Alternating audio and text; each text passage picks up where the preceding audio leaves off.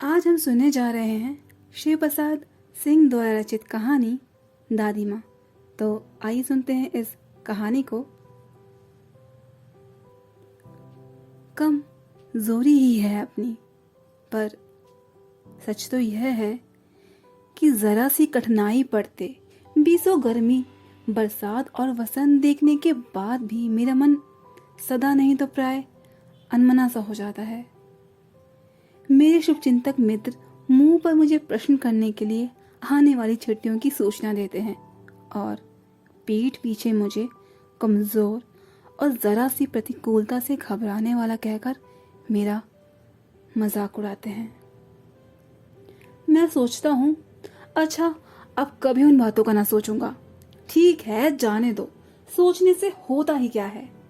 पर बस मेरी आंखों के सामने शरद की शीत किरणों के समान स्वच्छ शीतल किसी की धुंधली छाया नाच उठती है।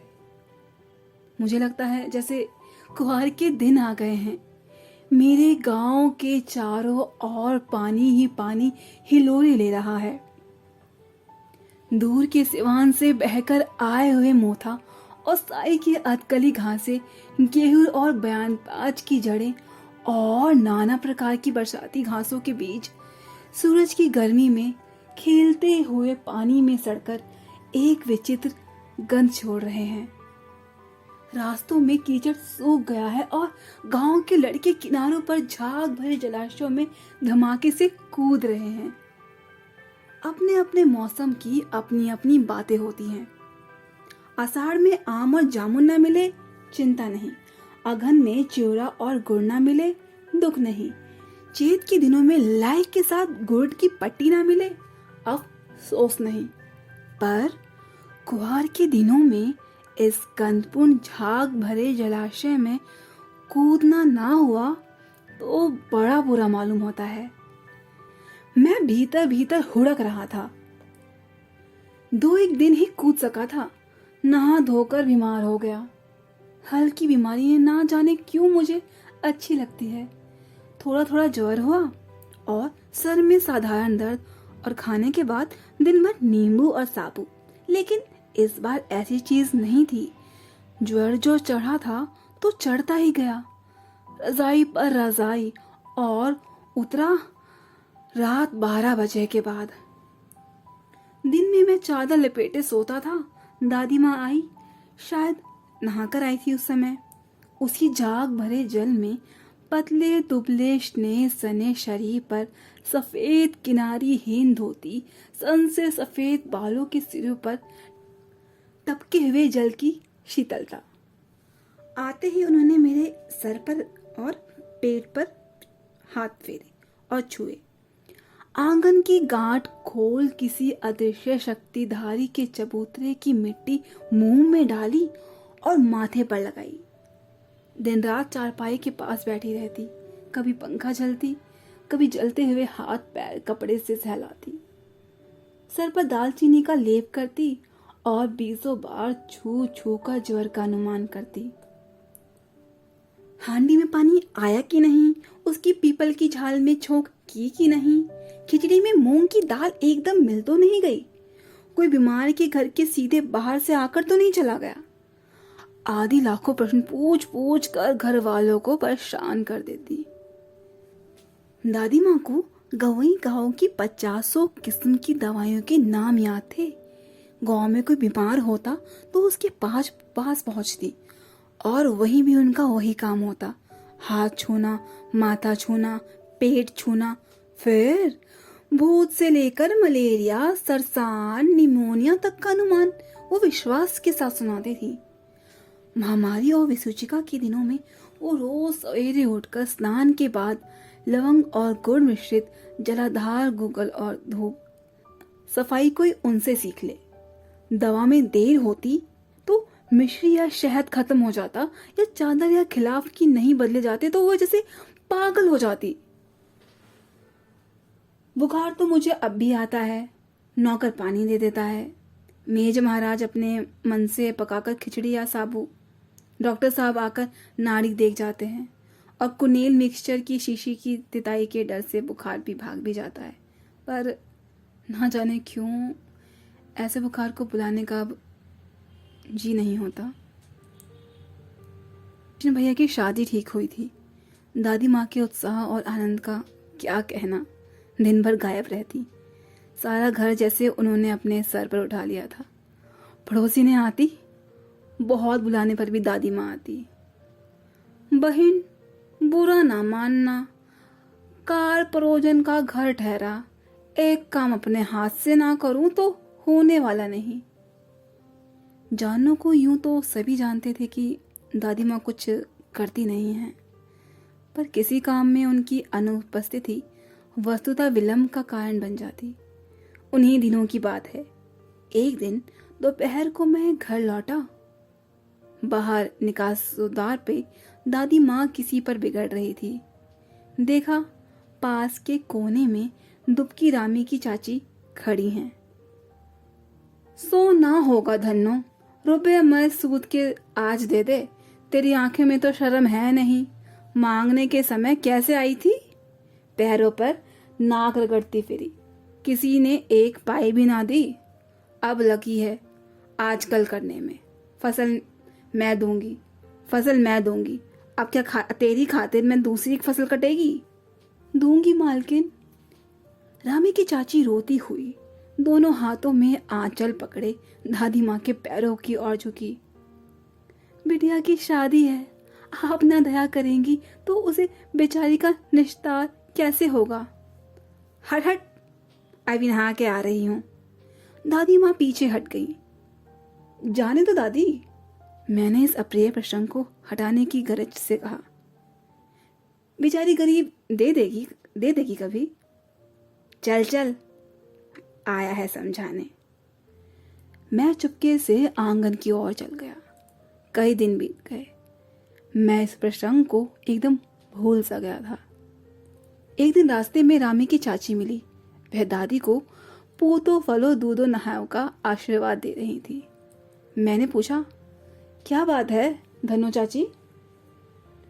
तो उन्होंने विहल होकर कहा, और इन हो गई बेटा, भगवान भला करे हमारी मालकिन का। कल ही आई थी, पीछे का सभी रुपया छोड़ दिया, ऊपर से 10 रुपए का नोट देकर बोली, देखो धन्नो, जैसी तेरी बेटी है वैसी मेरी। 10 रुपए के लिए हंसाई ना हो खो। देवता है बेटा, देवता। उस रोज तो बहुत डांट रही थी। मैंने पूछा, वह तो बड़े लोग का काम है बाबू, रुपया देकर डांटे भी ना तो लाभ क्या। मैं मन ही मन इस तर्क से हंसता हुआ आगे बढ़ गया। किशन के विवाह के दिनों की बात है। विवाह के 4-5 रोज पहले से औरतें रात भर गीत गाती हैं। विवाह की रात को अभिनय भी होता है। यह प्राय एक ही कथा को हुआ करता है। उसमें विवाह से लेकर पुत्रोत्पत्ति तक के सभी दृश्य दिखाए जाते हैं। सभी पाठ औरतें ही करती हैं। मैं बीमार होने के कारण बारात में ना जा सका। मेरा ममेरा भाई राघव दलान में ही सो रहा था। औरतों ने उस पर आपत्ति की। दादी माँ बिगड़ी। लड़के से क्या पर्दा, लड़की और ब्रह्मा, मन का सब एक होता है। मुझे भी पास ही एक चरपाई पर चादर उड़ाकर दादी माँ ने चुपके से सुला दिया था। बड़ी हंसी आ रही थी। सोचा कहीं जोर से हंस ना दूं, भेद खुल जाए तो निकाल कर बाहर किया जाऊंगा। पर भाभी की बात पर हंसी रुक ना सकी और भंडाफोड़ हो गया। दबू की माँ ने चादर खींच ली। कहो दादी, ये कौन सा बच्चा सोया है? बेचारा रोता है, शायद दूध तो पिला दूं। हाथापाई शुरू हो गई। दादी माँ बिगड़ी। लड़के से क्यों लगती है? सुबह रास्ते में देबू की माँ मिली। कल वाला बच्चा है भाभी। मैं वहां से जोर से भागा और दादी माँ के पास जा पहुंचा। वस्तुतः किसी प्रकार का अपराध हो जाने पर जब हम दादी माँ की छाया में खड़े हो जाते हैं, हमें दान मिल जाता है। स्नेह और ममता की मूर्ति दादी माँ की एक एक बात आज कैसे मालूम होती है। परिस्थितियों का वाद्य चक्र जीवन को सूखे पत्ते को कैसे नचाता है, इसे दादी माँ खूब जानती थी। दादा की मृत्यु के बाद से ही वे बहुत उदास रहती थी। संसार उन्हें धोखे की टट्टी मालूम होता। दादा ने उन्हें धोखा दिया। वे सदा उन्हें आगे भेजकर अपने पीछे जाने की झूठी बातें कहा करते थे। दादा की मृत्यु के बाद कुकुरमुत्ते की तरह बढ़ने वाले, मुंह में राम बगल में छुरी रखने वाले दोस्तों की शुभचिंता ने स्थिति और भी डावाडोल कर दी। दादा के श्राद्ध में दादी माँ के मना करने पर भी पिताजी ने जो अतुल्य संपत्ति होए कि वो घर की तो थी नहीं। दादी माँ अक्सर उदास रहा करती थी। माघ के महीने थे, कड़ाके का जाड़ा पड़ रहा था। पछुआ का सन्नाटा और पाले की शीत हड्डियों में घुसी पड़ती। शाम को मैंने देखा, दादी माँ गीली धोती पहने कोने वाले घर में एक संदूक पर दिया जलाए हाथ जोड़कर बैठी थी। उनकी स्नेह कातर आंखों में मैंने आंसू कभी नहीं देखे थे। मैं बहुत देर तक मन मारे उनके पास बैठा रहा। उन्होंने आंखें खोली। दादी माँ, मैंने धीरे से कहा। क्या है रे, तू यहाँ क्यों बैठा है? दादी माँ, एक बात पूछूं, बताओगी ना? मैंने उनकी स्नेहपूर्ण आंखों की ओर देखा। क्या है रे? क्या है? पूछ। तुम रोती थी? दादी माँ मुस्काई। पागल, तूने अभी खाना भी नहीं खाया। चल चल, धोती तो बदल लो दादी माँ। मैंने कहा, मुझे सर्दी वर्दी नहीं लगती बेटा। वो मुझे खींचती हुई रसोई में ले गई। सुबह मैंने देखा, चारपाई पर बैठे पिताजी और किशन भैया मन मारे कुछ सोच रहे थे। दूसरा चारा ही क्या है, बापू बोले। रुपया कोई देता ही नहीं। कितने के तो अभी पिछले भी बाकी हैं। वह रोने से हो गए थे। रोते क्यों हो रे? दादी माँ ने अपना हाथ उनके माथे पर सहलाते हुए कहा। मैं तो अभी हूं ना। उन्होंने संदूक खोलकर एक चमकती सी चीज निकाली। तेरे दादा ने ये कंगन मुझे इसी दिन के लिए तो पहनाया था। उनका गला भर आया।